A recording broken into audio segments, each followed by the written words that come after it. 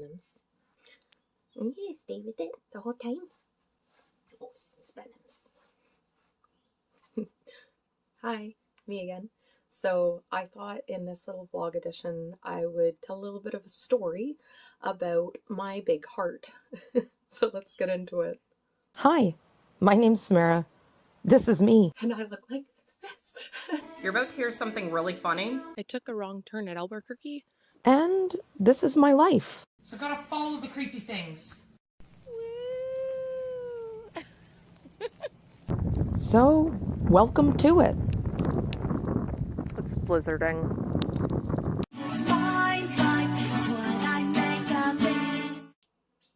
I have the window open and he's very interested in the outdoors.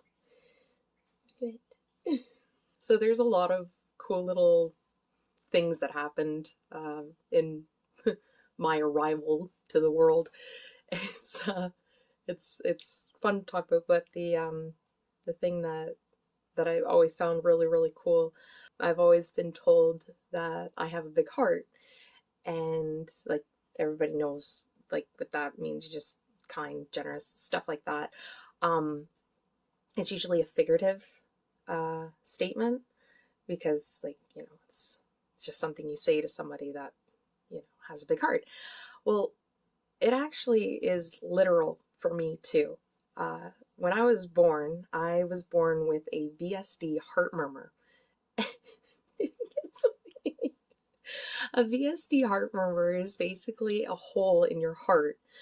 The VSD part of it is it's in the right ventricle of my heart, because you have four little quadrants in your heart.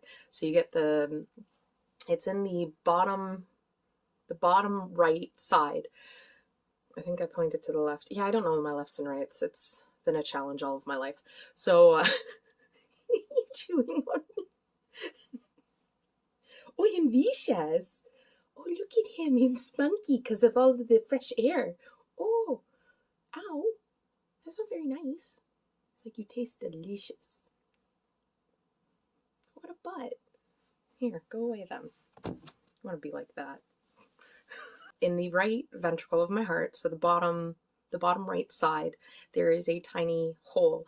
So that basically means that the oxygenated blood is going back in to get reoxygenated. So it wasn't really a big thing, because if it was the other way, I can't remember what that one's called, but when the unoxygenated blood goes back in to get oxygenated blood goes back to get unoxygenated. There's a certain way that if the hole was going a different way, actually there's a couple different ways that the hole could go, that it would basically, I would need a heart transplant. But this way, I didn't. When I was born, they heard it and they basically called like everybody from all different areas, because it was so small. It was basically the size of a pinhole. It's very little, but it was very hearable. Like you could hear it. So they called like people from all over to listen to my heart, because it was so apparent that, like, when your heart beats, it goes lub dub, or bub bub bub bub, however you want to go about it. The way my heart beats, it goes lub swish dub, so you can really hear it. And it was cool. So they, you know, it wasn't something that you could really hear a lot at the time, because back then there wasn't a lot of the medical knowledge that we have now. And it was cool. My mom always used to tell me that story, that everybody would get called in and to listen to me. And so because of that, though, they figured, due to the size of it and everything like that, it would close. And then, just to make sure, I had to go to sick kids for every year, I think it was.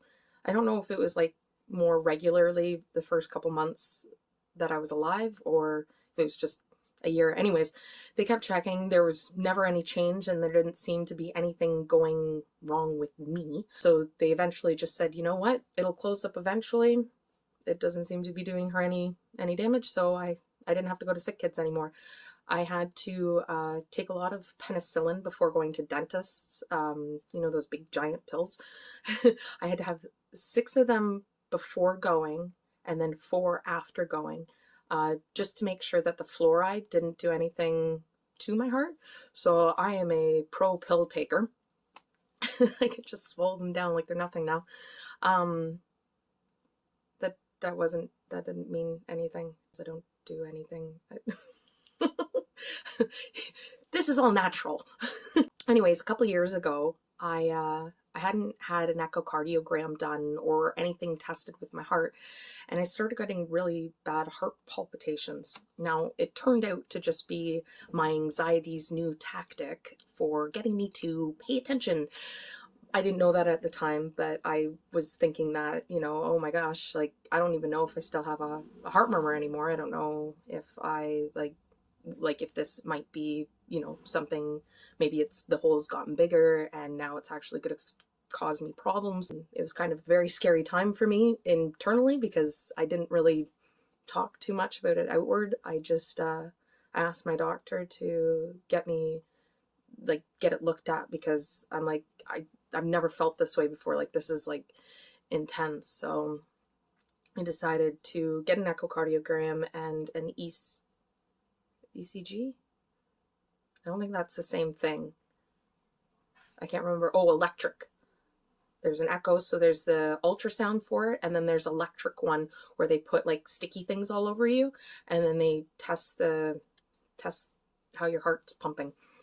Anyways, I mentioned to the technician that was doing it that I have a heart murmur, and they're like, well, you probably don't have one still. And I was like, well, it never went away after, like, I can't remember, like 6 or 7 years. So, no. I had my ears pierced since I was 11. I had to take them out right away, and then I just throw them in randomly because the hole's never closed. I have that ability, apparently. So he checked it out, and he actually found that my heart had grown. The right side of my heart is actually bigger than what it should be due to the fact that I still have a hole in my heart. And it was kind of cool. He's just like, it's not as, like, you can't hear it as much, like you really got to listen. So it's not as apparent anymore that it used to be, but it was kind of neat knowing that, like, I still have it. I always contributed it. I don't know how do you say that phrase? Attributed it. I always thought that I could run really, really fast because of, like, I have more oxygenated blood going back in to get reoxygenated. So I'm just like, I've got all this oxygenated blood that can be used. I came up with a lot of different little things that I thought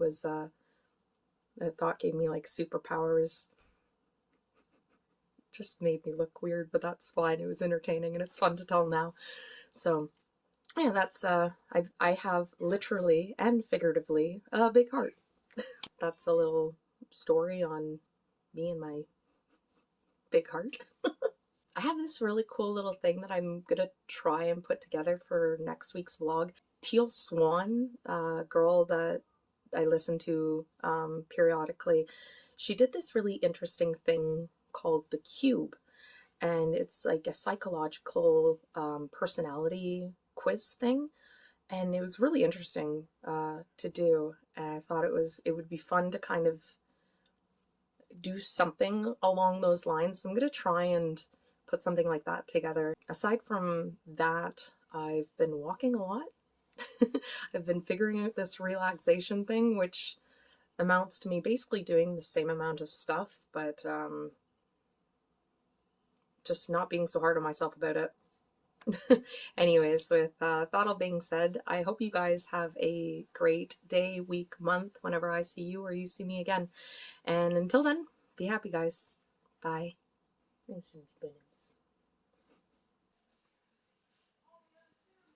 Yeah, I still got one. It's cool.